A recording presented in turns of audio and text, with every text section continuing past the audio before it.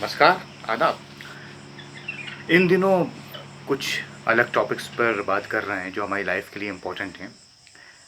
आज नेगेटिविटी पर आपसे बात करूंगा कि जो नेगेटिव लोग हमारी लाइफ को बर्बाद कर देते हैं, उनसे हमको बचना चाहिए। ये वो लोग होते हैं ना तो लाइफ में कुछ करते, ना किसी को करने देते। ये आपके रिलेटिव्स हो सकते हैं, फ्रेंड्स हो सकते हैं, नेबर्स हो सकते हैं, कोई भी हो। ये ना खुद कुछ करेंगे ना आपको करने देंगे। मान लीजिए आपको आईएएस बनना है या आईआईटी आपको क्लियर करना है, मेडिकल एंट्रेंस, सीए। अगर आप इनसे बात करेंगे तो ये आपको फ़ौरन डराएंगे कि हमारे रिलेटिव्स का बच्चा भी कर रहा था, उसका आईआईटी में नहीं हुआ, और फला जो है वो आईएएस की प्रिपरेशन दिल्ली में कर रहा है, 5 साल से कर रहा है, अब तक नहीं हुआ। अब आप टेंशन में आ गए, अब आपने सब कुछ छोड़ा और आप लग गए अपनी वही एक कॉमन सोच जो होती है कि किसी तरह से लाइफ को गुजारना है। तो उन लोगों ने अपना काम कर दिया और आप भी उनकी बातों में आ गए।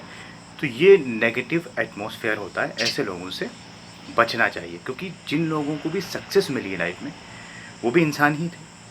अगर वो इस तरह से ऐसे लोगों की बातों में आ जाते तो फिर तो कोई काबिल होता ही नहीं दुनिया में। इसलिए ये नेगेटिविटी से बचना चाहिए, पॉजिटिव एटमॉस्फेयर में रहना चाहिए। ये तो एक बात हो गई।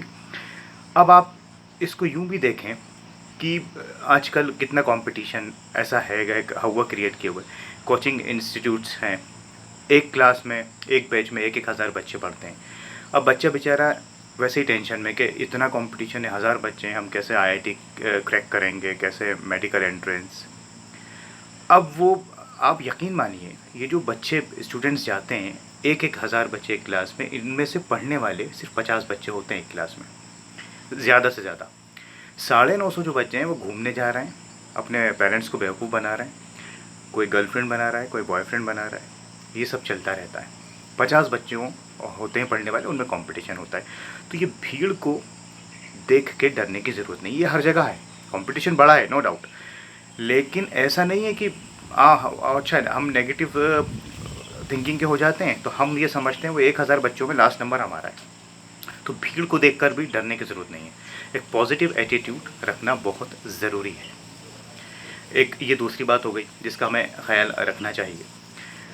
और एक चीज़ मैं और कहूँगा कि कई बार हम ये जो लोग जो लाइफ में कुछ नहीं करते, नेगेटिव थिंकर्स होते हैं, इनकी बातों में आके अपनी जो क्रिएटिविटी होती है उसको ख़त्म कर देते हैं।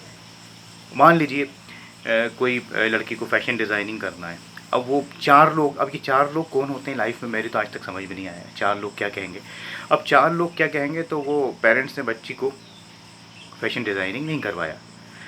अब वो खुदा ने जो उसको टैलेंट दिया था, जो हुनर उसको दिया था, उससे वो दूसरे लोगों को सिखाती, सोसाइटी का कुछ अच्छा करती, 4 लोग उससे कुछ सीखते, फिर उनका घर चलता, वो दुआ देते, उनको खाने को मिलता, वो सब बंद, जबकि ये भी इबादत है।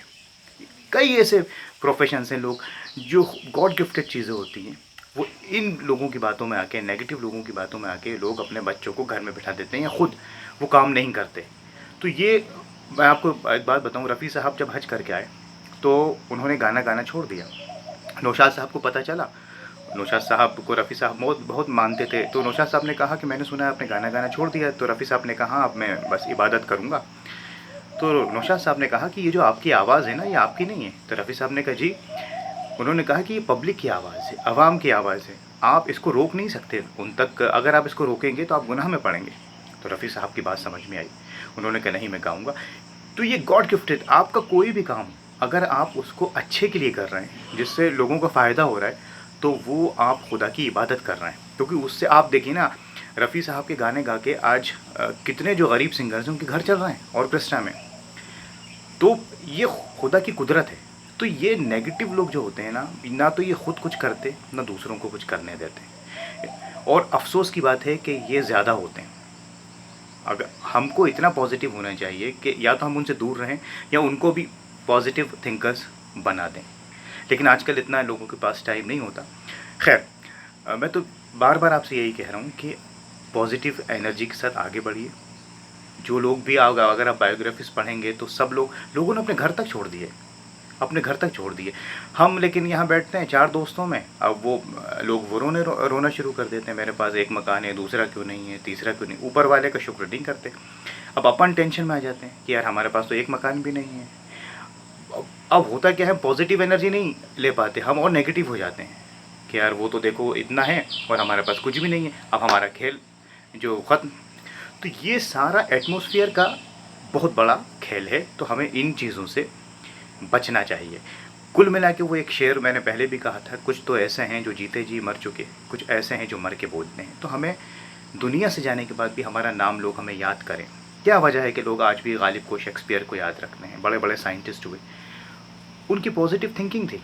अगर वो इन 4 लोगों की बातें मान लेते या जो नेगेटिव लोग होते हैं आसपास उन लोगों की बात मान लेते, तो आज उनका नामो निशान कहीं नहीं होता। तो बी पॉजिटिव इन लाइफ, बस इतना ही कहूँगा। अपना बहुत ख्याल रखें। आज के लिए इतना ही। खुदा हाफिज़।